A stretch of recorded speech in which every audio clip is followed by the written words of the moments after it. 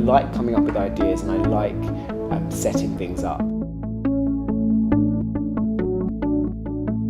I'm not satisfied with the status quo. I like to push boundaries.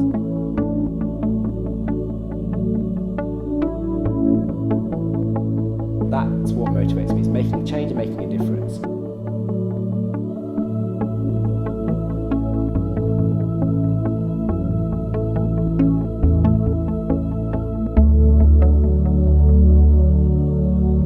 My name is Rajeeb Dey and I'm the founder and CEO of a company called internships.com. And what Internships is that it's a portal to connect students and graduates to entrepreneurial work placements in startups and small businesses. My entrepreneurial endeavours started pretty young, so I started my first venture when I was 17. So what I realised was that students aged 11 to 19 in the secondary education system were the only people to not have a voice. So whilst parents, teachers and governors, everyone had a national body, the school students really didn't have a voice.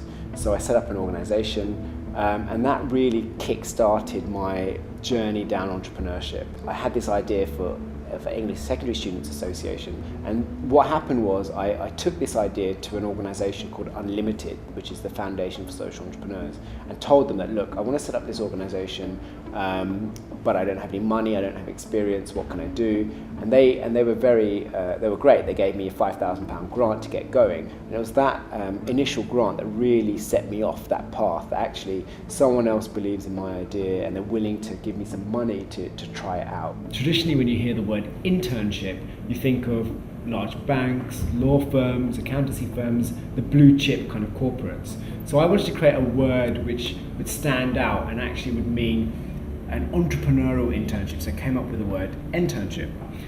Often I quote a guy called Seth Godin, who is a marketing guru, and he talks about the need to be remarkable.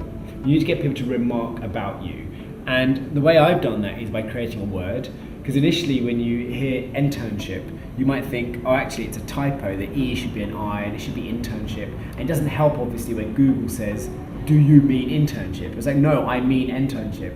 And it really should provide the basis of a discussion and help create that kind of viral effect, because if someone says, I'm doing an internship, it'll make you ask them, actually, what's an internship? Don't you mean internship? It's very important to have values and integrity and your own. You need to know what you stand for, and that's not only you as an entrepreneur, but also the company and the brand and what it embodies. I see the huge unemployment crisis that we're currently faced with, and so many despondent young graduates, and I want to show them that actually they can either become entrepreneurs themselves or go work in startups and small businesses. University entrepreneurship is on an upward trajectory.